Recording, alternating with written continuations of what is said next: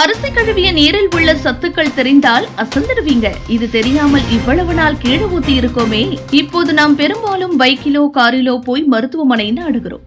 ஆனால் முன்னோருக்கு அவ்வளவு வசதிகள் இல்லாத காலத்தில் கூட அவர்கள் கடினமாக வாழ்ந்தாலும் நலமாக வாழ்ந்தார்கள். ஏனென்றால் அன்றைய வாழ்க்கை முறையும் உணவு பழக்கமும் இயற்கையின் அடிப்படையில் இருந்ததால்தான். இன்றைய தேவை பின் பாரம்பரியத்திற்கு திரும்புவதுதான்.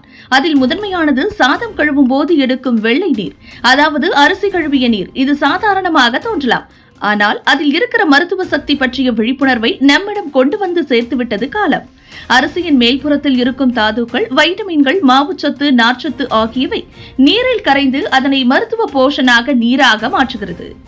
அரிசி கழுவும் நீர் பொதுவாக வீணாக கழிவாக கருதப்படுகிறது. ஆனால் உண்மையில் இது பல உடல் நல நன்மைகளை வழங்கக்கூடியது. குழந்தைகளுக்கு கால்வலி, தசை சோர்வு, வீக்கம் வந்தால் வெந்நீராக அரிசி கழுவிய நீரை காலில் ஊற்றி மெதுவாக தேய்த்து அலசி விடுவது சிறந்த நிவாரணம் ஆகும்.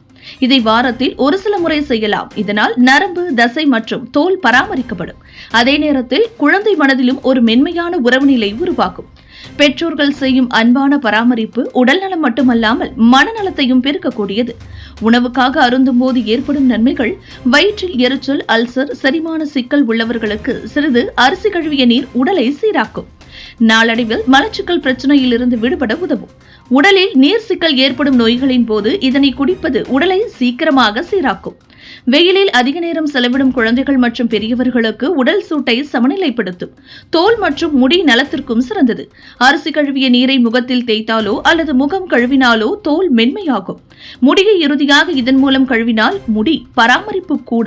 பயன்படுத்தும் முறை: அரிசியை ஒரு முறை கழுவும் போது எடுக்கும் முதல் நீர் மட்டுமல்லாமல் 2 அல்லது 3வது முறை கழுவும் நீரையே பயன்படுத்த வேண்டும்.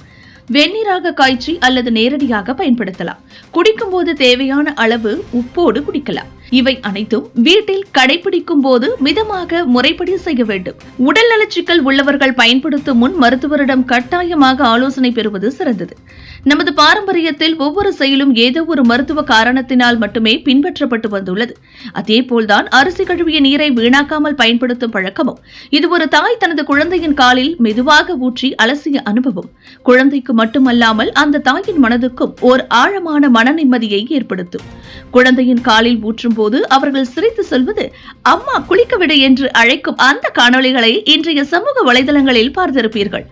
ஆனால் அந்த அன்பு உருகும் விளையாட்டின் பின்னால் ஒரு மருத்துவ சக்தி மறைந்திருப்பதை நம் முன்னோர்கள் புரிந்து வைத்திருந்ததுதான் சிறப்பு. வீணான ஒன்று எதுவும் இல்லை என்று உணர்த்தும் இந்த வழக்கம் நம் இல்லங்களில் மீண்டும் வாழ்வை நோக்கி திரும்பி வர வேண்டிய ஒன்று என்பதில் மாற்றமில்லை. நீங்கள் இன்று உங்கள் குழந்தைகளுடன் இதை முயற்சி செய்து பார்ப்பீர்களா? இது போன்ற முக்கிய நிகழ்வுகள், அரசியல் தகவல்களை ஆழமாக மாறுபட்ட கோணத்திலும் அறிந்து கொள்ள மறக்காமல் பாரத் மெயில் 24 பக்கத்தை பின்பற்றிக் கொள்ளுங்கள். உங்கள் ஒவ்வொரு ஆதரவும் இது போன்ற பல நிகழ்வுகளின் பின்னணியை அறிய உதவும்.